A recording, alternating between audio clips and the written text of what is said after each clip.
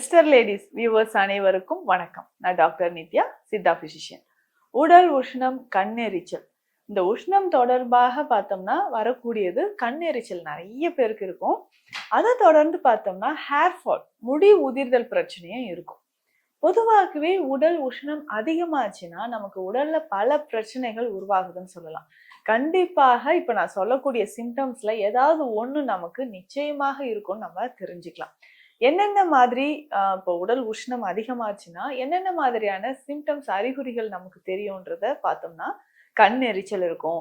தலைமுடி உடனே நரைமுடி மாதிரி மாற ஆரம்பிக்கும். வெண்மை நிறத்துல மாறுவதை நம்ம பார்க்கிறோம்.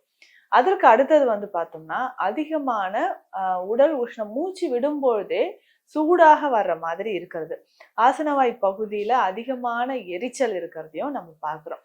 இதுல முக்கியமா பைல்ஸ், ஃபிஸ்டுலா மாதிரியான பிரச்சனைகள் இருக்கும்.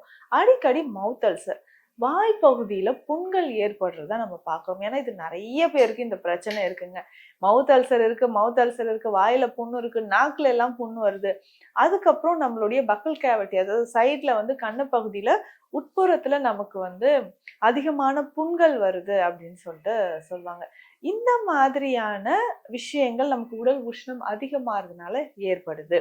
அப்போ உஷ்ணத்தை தணிப்பதற்கு நமக்கே தெரியும், ரொம்ப ஹேர் ஃபால் இருந்துச்சுன்னா பேசிக்கா இப்போ வீட்டுல கூட நம்ம வழக்கமாக சில தைல வகைகளை யூஸ் பண்ணுவோம். கூந்தல் தைலம் ரெடி பண்ணுவோம்.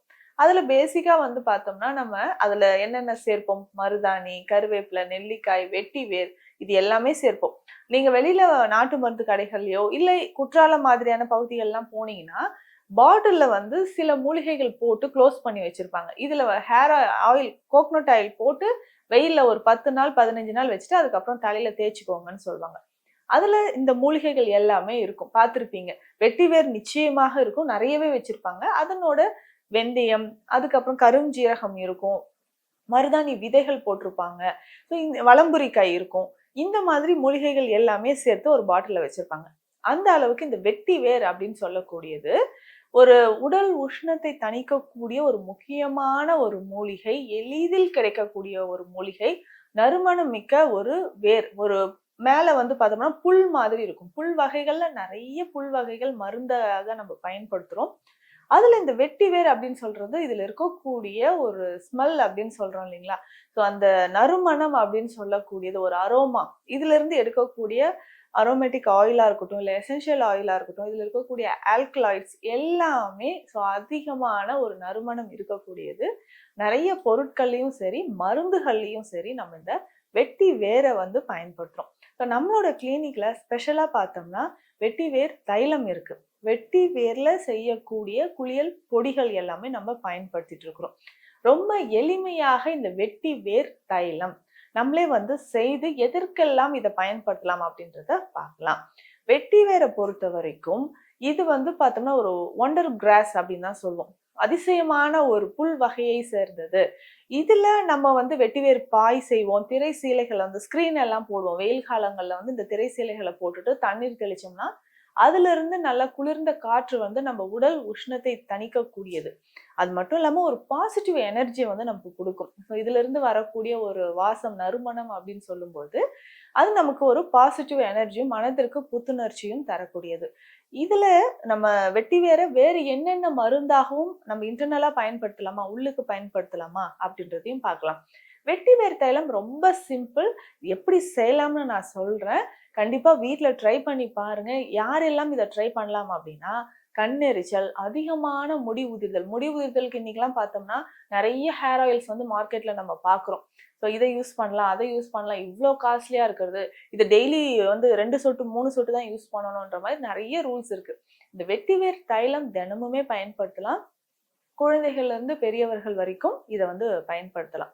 ஸோ இது எப்படி செய்யலாம் அப்படின்னா, ஒரு 250 300 கிராம் அளவுக்கு வெட்டிவேர் எடுத்துக்கோங்க. இது இப்போ இந்த செய்யக்கூடிய இந்த ஆயில் 1 மாசத்துக்கு நம்ம பயன்படுத்திக்கலாம்.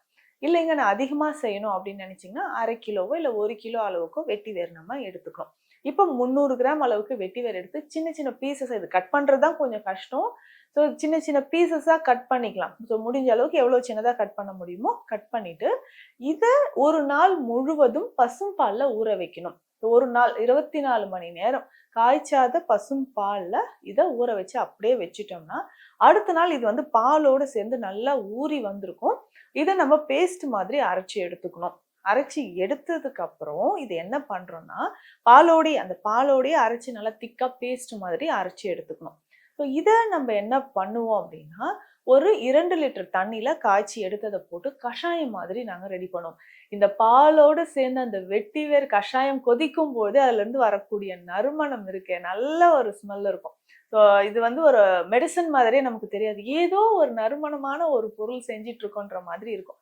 ஸோ அந்த அளவுக்கு அது கஷாயமா ரெடி பண்ணிட்டு 2 லிட்டர் தண்ணி 1 லிட்டரா வந்ததுக்கு அப்புறம் நம்ம இந்த தண்ணியை கஷாயத்தை வடிகட்டி அந்த கஷாயத்தை மட்டும் திக்கா இருக்கும், நல்லா திக்கா இருக்கும், வடிகட்டி எடுத்துக்கணும். ஸோ இதனோட நம்ம என்ன செய்ய போறோம், இந்த கஷாயத்தோட வேறு என்னென்ன மூலிகைகள் சேர்க்கணும் அப்படின்னு பார்த்தோம்னா கருஞ்சீரகம் சேர்க்கணும். கருஞ்சீரகம் எந்த அளவுக்குன்னா 100 கிராம் கருஞ்சீரக பொடி சேர்க்கணும், அதிமதுரம் பொடி 100 கிராம், நெல்லி பொடி 100 கிராம் சேர்க்கணும், மருதாணி பொடி 100 கிராம். இந்த எல்லா மூலிகைகளும் நான் சொன்னது ரொம்ப ஈஸியா சிம்பிளா கிடைக்கக்கூடியதுதான். கஷாயத்துல கலந்துடணும். ஸோ அப்போ 1 லிட்டர் கஷாயம் இருக்கு.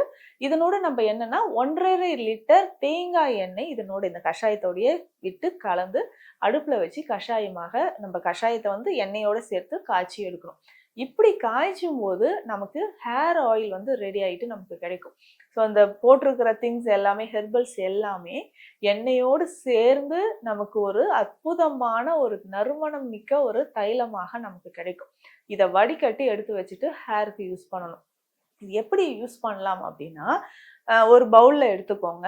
பவுல்ல எடுத்துட்டு ரொம்ப குளிர்ச்சியா இருக்குன்னா லேசா சூடு பண்ணிட்டு ஃபிங்கர் டிப்ஸ்ல, நகம் இருக்கக்கூடாது, ஃபிங்கர் டிப்ஸ்ல தொட்டு ஹேரோட ரூட்ல எல்லாமே ஜென்ட்லா மசாஜ் பண்ணணும். ரொம்ப வந்து சிலர் என்ன தேய்க்கிறேன்னு சொல்லிட்டு போட்டு நல்லா ரப் பண்ணீங்கன்னா உள்ளங்கையில இருக்கிற சூடே அதுல பரவி ஹேர் ஃபால் ஆக ஆரம்பிக்கும். ரொம்ப ஜென்ட்லா மசாஜ் பண்ணிட்டு ஒரு அரை மணி நேரம்க்கு அப்புறம் தலைக்கு குளிக்கலாம். வாரம் 2 to 3 முறை இந்த மாதிரி செஞ்சுக்கிட்டே வரலாம். தலைக்கு குளிக்கும் போதும் நேச்சுரலா இருக்கக்கூடிய ஹெர்பல் ஹேர் வாஷ் பவுடர் வந்து யூஸ் பண்ணிக்கோங்க. இந்த மாதிரி நம்ம தொடர்ந்து பயன்படுத்தினா ஹேர் வந்து ஒரு சிலருக்கு தலை குளிச்சாவே ரொம்ப ட்ரையா இருக்கு, ஸ்பிளிட் எண்ட்ஸ் இருக்கு அப்படின்லாம் சொல்லுவாங்க, கிரே ஹேர் எல்லாமே மறைய ஆரம்பிச்சிடும். ஸோ இதுல வந்து நம்ம தலைக்கு ஹேர் பேக்கா யூஸ் பண்ணணும்னா கூட ரொம்ப ஹேர் ஃபால் இருக்குன்னா இந்த எண்ணெயில 1 ஸ்பூன் கடுக்காய் பொடி போட்டு நல்லா மிக்ஸ் பண்ணி பேஸ்ட் மாதிரி செஞ்சிடணும். இந்த பேஸ்ட்டை தலையில அப்ளை பண்ணிட்டு அதுக்கப்புறமும் குளிக்கலாம். ஸோ இந்த மாதிரி பல வகைகள்ல இந்த எண்ணெய், ஏன்னா கடுக்காய் வந்து பார்த்தோம்னா முடியோட வளர்ச்சிக்கு ரொம்ப ரொம்ப முக்கியமானது அப்படின்னு சொல்லலாம்.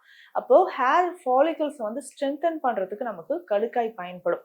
அப்போ இந்த எண்ணெயில கடுக்காய் பொடி போட்டு பேஸ்ட் மாதிரி கலந்து தலையில அப்ளை பண்ணிக்கலாம். இதை தாண்டி இந்த வெட்டி வேர் தைலம் வேற எந்த பிரச்சனைகள்லாம் நம்ம பயன்படுத்தலாம்? கண்ணை சுற்றி கருவளையம் இருக்கா, அதுக்கு வந்து டெய்லி நைட்ல இந்த வெட்டி வேர் தைலத்தை கண்களை சுற்றி நம்ம தடவிக்கலாம்.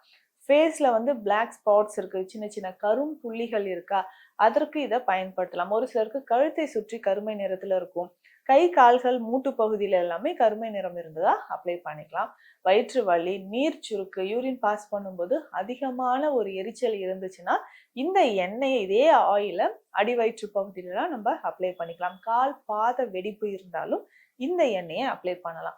ஸோ ஒரு ஆயில் நம்ம உடல் உஷ்ணத்தை வந்து குறைப்பதற்கு பல வகையில பயன்படுது.